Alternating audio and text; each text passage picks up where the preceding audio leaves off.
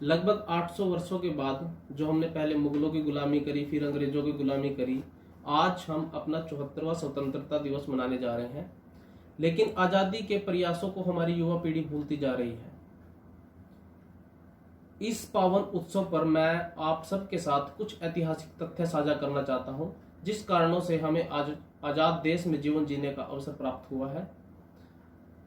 सारे देश को पाठ्यक्रमों के माध्यम से बतलाया गया है कि गांधी जी ने इस देश को आजाद करवाया।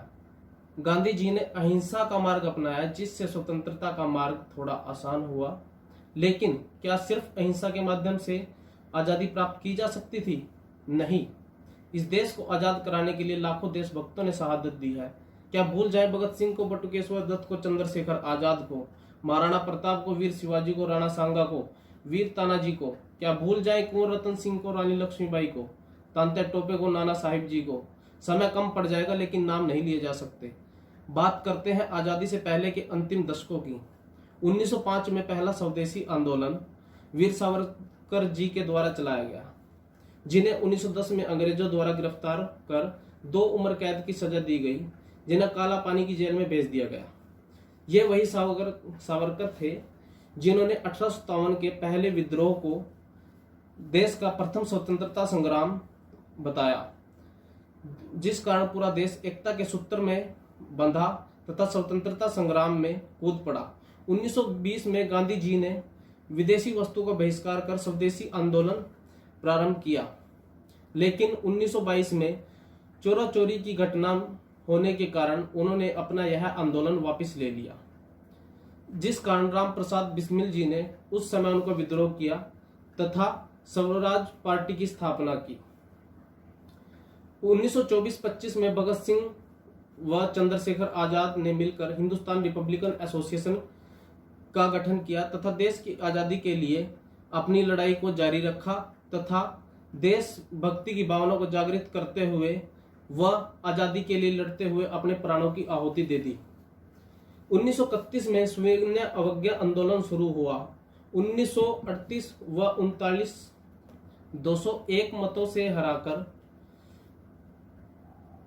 सुभाष चंद्र बोस जी ने कांग्रेस की सदस्यता हासिल की। 1939 में गांधी जी से मतभेद होने के कारण उन्होंने कांग्रेस छोड़ दी। 1940 तक उन्हें अंग्रेजों द्वारा घर में नजरबंद कर दिया गया, लेकिन भेष बदलकर वे अंग्रेजी सरकार को चकमा देकर अप्रैल 1941 में बर्लिन जा पहुंचे। वह नवंबर 1941 में जर्मनी में फ्री इंडिया सेंटर व फ्री इंडिया रेडियो शुरू किया।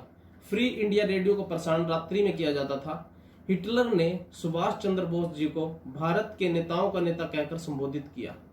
1943 में उन्होंने रास बिहारी बोस के साथ मिलकर जापान में आजाद हिंद फौज व आजाद हिंद सरकार की स्थापना की, जिसमें भारत के युद्ध बंदियों को लिया गया जो ब्रिटिश सरकार की तरफ से विश्व युद्ध में भाग ले रहे थे। बोस ने जय हिंद और दिल्ली चलो का नारा दिया तथा भारत की जनता से अपील की कि तुम मुझे खून दो और मैं तुम्हें आजादी दूंगा। आजाद हिंद फौज ने अंग्रेजों से लड़ते हुए बर्मा, फिर कोहिमा, इम्फाल तक देश को आजाद करा लिया।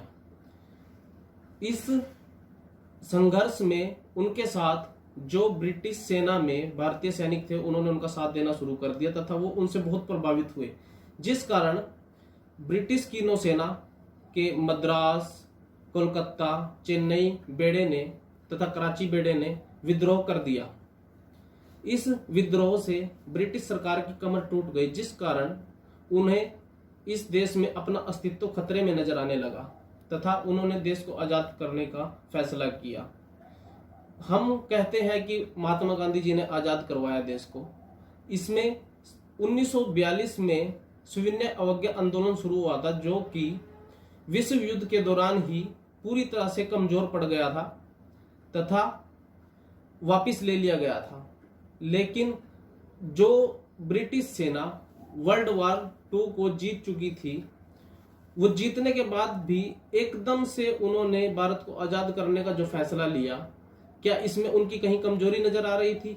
जी हाँ, सिर्फ एक ही कमजोरी थी उनकी, जो उनकी सेना में सिपाही थे वो भारतीय नस्ल के थे, भारतीय थे, उन्होंने उनका विद्रोह करना शुरू कर दिया था। जो सिपाही पहले ब्रिटेन के झंडे के नीचे अपने आप को गौरवान्वित महसूस करते थे, वो अब आजाद हिंद फौज के साथ मिलकर देश को आजाद करवाना चाहते थे। लेकिन कुछ संकीर्ण मानसिकतावादियों ने हमें सिर्फ यही बताया कि अहिंसा के मार्ग से ही हमें आजादी मिली है। उन्होंने आजादी के बलिदान वाले प्रयासों का जिक्र ही नहीं किया, जिनका जिक्र करना बहुत जरूरी था। तो इसलिए हमें आज अपने देश के लिए उस इतिहास को भी याद रखना है जिस कारण से हम आजाद हुए हैं। हमें नहीं भूलना है वीर शिवाजी को, भगत सिंह को, महाराणा प्रताप को। हमारी युवा पीढ़ी से सिर्फ एक ही गुजारिश है कि वो इन महापुरुषों को जरूर पढ़े और इनके मार्ग पर चले। चल जागो हिंद के वीरों, जागो दुश्मन पर प्रहार करो, जिसके रक्त से बनी है काया तुम्हारी, उस वीर शिवाजी को याद करो।